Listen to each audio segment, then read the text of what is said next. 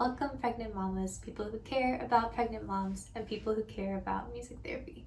I am so excited to jump into the resources and the research I have prepared for you today.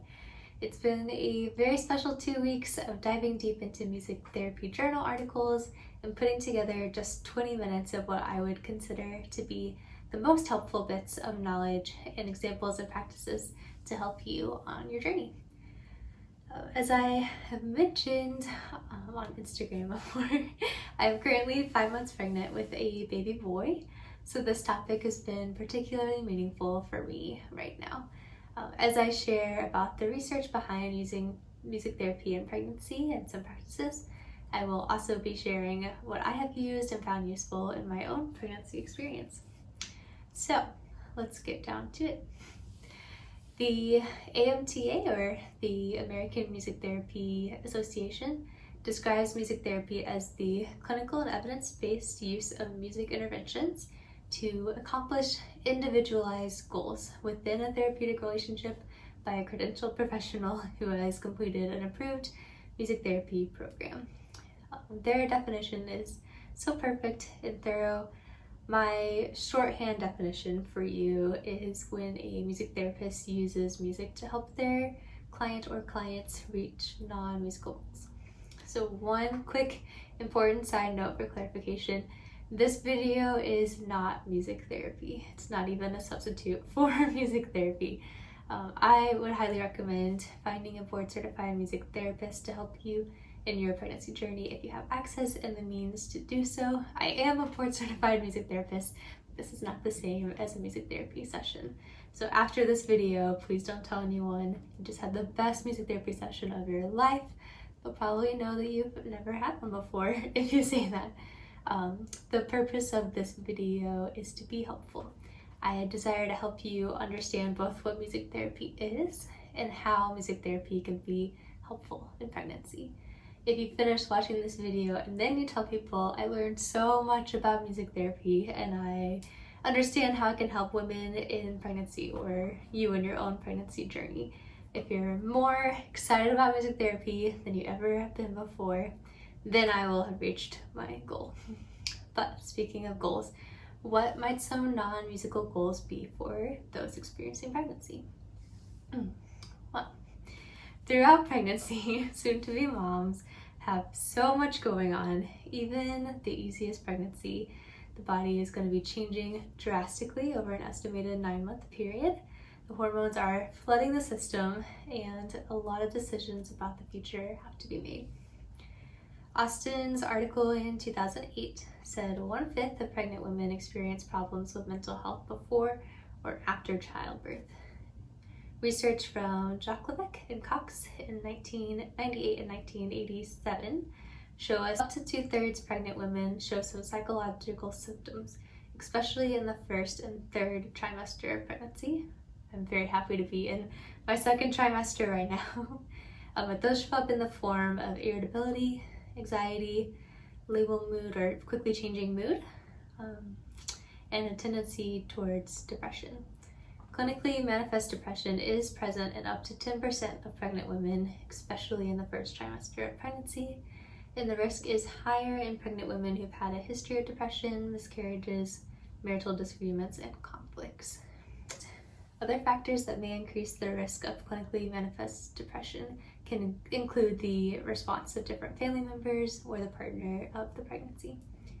I will say that even though my husband, family members, and close community have all responded really well to the news of my pregnancy, the cultural response to pregnancy in Los Angeles is a little less positive, and that has been difficult for me. But back to the goals. A few common goals we will look over are decreasing depression and anxiety, increasing positive mood, and helping both the growing baby and the mama be as healthy as possible. In Perkovic, Devik, and Crystal's journal article, Music Therapy and Mental Health in Pregnancy, we learned that music therapy is a simple, non-pharmacological, and safe method that significantly contributes to mental health in pregnancy and after childbirth. And the potential of music to affect dopamine, serotonin, and oxytocin levels can lead to positive emotional reactions that are directly related to the strengthening of the psychological state. Probably feels like I just threw out a whole bunch of technical terms at you, but I will now break down what the research really shows us. And this is the exciting part. In 2014, Hollins did a study showing that women who listened to music during their pregnancies reported less stress, anxiety, and depression. Also, the children of those mothers progressed more in weight after birth and were calmer. Another study in 2014, this one by Samabelli and company, found lower levels of anxiety and pain experienced during childbirth for mothers who were listening to music, and then of those that did not. In 2008, in a study by Chang involving 236 Taiwanese women, they reported that half of the pregnant women that listened to music during a 2-week period of their pregnancy showed significantly fewer symptoms of stress, anxiety, and depression compared to the control group that did not listen to music. So that's just the power of listening to music during pregnancy and childbirth. One study in 2017 by Van Windelswerd and company used GIM, or guided imagery in music, to help lower depression and anxiety in pregnancy. GIM is a powerful tool that I could spend way more time talking about, but for now I'll just explain this particular instance. So the women were provided with a CD by Jeannie Muscat. If you don't recognize her name, she's a British composer, and you'll recognize some of her work. But they were instructed to spend 20 minutes a day listening to their CD and visualizing their child to help develop and strengthen emotional bond with their child. They kept journal reports of their sessions, and they did this every day for 12 weeks. And unsurprisingly, the test results showed reduced symptoms of depression and anxiety compared to the initial pre-intervention test. I did try this. I don't have the CD that they used, but I set a timer on my phone and put my phone on Do Not Disturb for 20 minutes while I listen to Jeannie's music on YouTube and imagine what my baby boy will be like and what life with him will be like soon. It's just a quick homemade version of guided imagery and music. Most of her songs that I found on YouTube were high intensity, like intriguing songs, which are not ideal for this type of practice, but it was still a powerful and special experience for me. And my baby boy was moving a lot during those 20 minutes, so it seemed to be a good time for him too. I would recommend finding an artist or a composer that you know you already enjoy, and then setting aside time to listen to 1 to 4 songs, uninterrupted if possible in your schedule and lifestyle, to think about your little one or multiple little ones growing and what life with them is going to look and feel like. As an added benefit, babies start to hear by week 16 in the womb. So just know that every time you listen to music after that, it's a shared activity with you and your baby. Quick anecdote. I read an article from the Washington Post about babies recognizing songs after birth that they heard in the womb. Some scientists got these pregnant moms together and they had them listen to Twinkle Twinkle Little Star loudly multiple times per week throughout the last trimester of pregnancy, and then another group of pregnant moms that did not listen to the song until after giving birth. Then the scientists used EEGs a few days after childbirth and compared the response of the baby's brains, the ones who heard the song in the womb and then the ones who were hearing it for the first time after childbirth. And they found that the response of the brain in the babies who heard the song in the womb, more parts of the brain were lighting up. So it suggested recognition. On an even lighter note, the article shared stories of babies recognizing a theme song to a soap opera that their moms watched while pregnant, saying that the newborns would stop crying and would pay attention to the theme song when it came on. So if this is the case, my baby boy will be very familiar with the intro music for the show Bones, because I have been rewatching several seasons throughout my pregnancy. But let's get back to the music therapy research and science. My favorite article I came across during the past 2 weeks was one that took 16 music therapy studies turned journal articles and then it summarized them by categories to show how music affected women in different stages of pregnancy, in labor and delivery, in their mental health postpartum, and their baby's physical health after birth. So I will give you an even more brief summary of the studies that particularly stuck out to me, and then I'll conclude this video with some best music practices for pregnant women after that. So the first study that we will review had 3 groups of pregnant women in waiting rooms. They're waiting on a medical procedure, specifically amniocentesis, so taking amniotic fluid from the uterus to test. One group listened to music at the tempo of 60 to 80 beats per minute. We'll review the importance of that later. One group just read magazines, and the final group just waited in the waiting room. And the group that listened to music experienced the largest decrease in cortisol levels and state anxiety. Cortisol you can think of as like a stress hormone that affects your mood and levels of motivation or fear. All right, another study by Area and a company was divided into 2 groups. So one that listened to music before going to bed, and then the second group that just continued on with their normal rhythms and routines before bed. The women in both groups gave birth, and then the newborns in the first group, so the moms listening to music before bed, performed significantly better in 5 areas: habituation, orientation, range of state, regulation of state and autonomic stability, and motor performance. This is absolutely thrilling to me, and here's why. Habituation is defined by the Oxford Dictionary as the diminishing of a physiological or emotional response to a frequently repeated stimulus. So you can imagine a baby that might initially have a big response to a diaper change, or the beeping of your coffee machine, or the sounds of the trash truck stopping by, but the baby learns to recognize those as habits and learns to have a calmer response to them each time. Orientation, at its most basic definition, is just a response to a stimulus. So whether that means your baby is aware of your presence, is responding to loud sounds, and is observing the world around you. Range of state refers to the 6 states of a newborn cycle. So newborn should be experiencing all 6: crying, alert, drowsy, fussy, quiet sleep, and active sleep.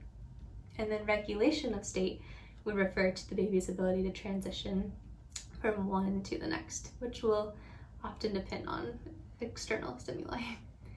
Finally, motor performance just refers to the ability to move. So super exciting. The final study I want to review with you is by Bow and Callahan. They used a control group of newborns that had no music, no interventions, and then a group that participated in NNS, so non-nutritive sucking, or sucking on a pacifier as opposed to breastfeeding or taking milk from a bottle. A group that engaged in music therapy, and then a final group that participated in non-nutritive sucking and music at the same time. So then they were able to compare heart rates, levels of oxygen in the lungs, and pain behavior. You can think of a baby crying, or a face scrunched up ready to cry, or other behaviors that inform us when a baby's in pain. They found that the babies that received music therapy had the best heart rates, and the group that participated in the non-nutritive sucking while listening to music had improved levels of oxygen in the lungs and decreased pain behavior. Alright, so let's review how to apply all of this information to you and your pregnancy journey. First, you now know that music therapy is highly beneficial for both you and your baby. So if you are able to set up some music therapy sessions before your baby's arrival, totally should. You can ask your music therapist to set up a personal playlist for you to enjoy during your months of pregnancy, maybe one for labor and delivery as well. You can ask that they lead you in some guided imagery and music to help strengthen your emotional bond with your baby. You might even be able to find a music therapist that leads a group for other expecting moms, so you can all be together. You can learn to sing different lullabies to your babies before birth, and then use that tool to calm down your newborns afterwards. If you do not have the access or the means to set up sessions with a music therapist, here are some other things you can do. First, just make a point to spend time relaxing to music throughout your pregnancy. As I briefly mentioned before, you want to find songs or playlists that have a tempo of 60 to 80 beats per minute, because that's generally a good pace for your heartbeat.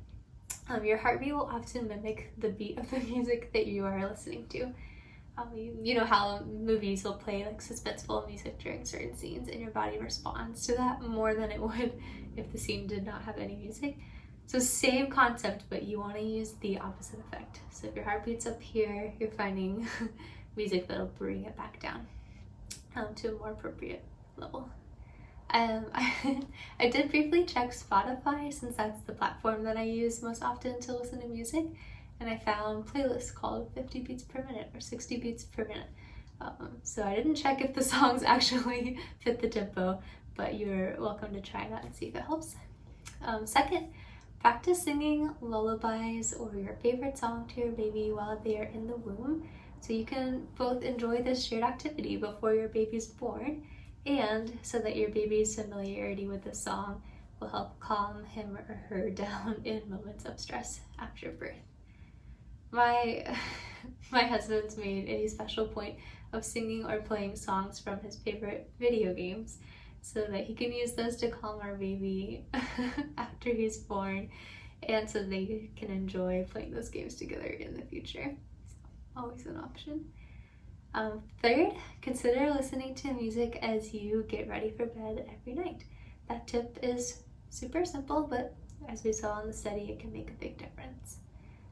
Fourth, create or find playlists that you have noticed generally put you in a good mood, and then play it during your labor and delivery. Again, here Spotify has a plethora of playlists already created for labor and delivery that you are welcome to use. I'm really excited and curious to see how listening to a playlist will affect my own labor and delivery experience coming up in a few months. Lastly, just be sure to keep singing and playing music with your little one to help them grow as healthy as possible. I'm going to leave you with a few more thoughts. So one article said music has the immutable capacity to influence how childbearing women and neonates or newborns feel. It has the capacity to improve their physical well-being. It's a super bold claim, but it is backed up by science. The article also explains people who listen to music that they enjoy have been shown to experience increased levels of natural serotonin, which is a monoamine neurotransmitter, which is used in the manufacture of some contemporary antidepressant medications. So in other words, listening to music can create the same chemical we use antidepressants currently to produce. Serotonin creates a more relaxed physiological state, whereas stress can cause a fight or flight response. Listening to music has shown to counteract the physiological stress reaction with response release acetylcholine that lowers heart rate, blood pressure, and enhances blood flow to the vital organs. Women who experience excessive stress are at risk of developing mental health problems. Since the majority of relaxants and antidepressants cross the placental barrier to affect the fetus, this justifies an exploration of alternative non-pharmaceutical methods of reducing stress in childbearing women. So I'm not sharing this last bit of information to scare you in any way. If your doctor prescribed antidepressants, you should definitely take them. I just find the power of music to be fascinating, and I want you all to know that music is a non-invasive approach that is not a medicine, and it can still counteract the negative effects of depression and anxiety on your body, potentially your baby's body as well. If you are starting to notice depression and anxiety, try some of these practices. Find a music therapist to help you navigate and regulate those symptoms if you can. But bottom line, take care of yourself. Use music to fight the stress that is inevitable during pregnancy. Sing to your baby and enjoy the beneficial effects of music as much as you can in the next few months. Also, if you start to incorporate music into your lifestyle more, or you set up sessions with a music therapist, please tell me all about it. You can contact me through my website or through my Instagram, because I would be so thrilled to hear about and encourage you on your journey. I do offer music therapy consultation sessions on my website. You can sign up for a 30-minute session to talk about your current experience and then talk about how music and music therapy can meet you where you are at and get you closer to where you want to be. So be sure to like and subscribe. Follow me on Instagram at musicwithmar, and keep an eye out for my next video. It'll be coming out in 2 weeks. Until next time, thanks for enjoying Music with Mar.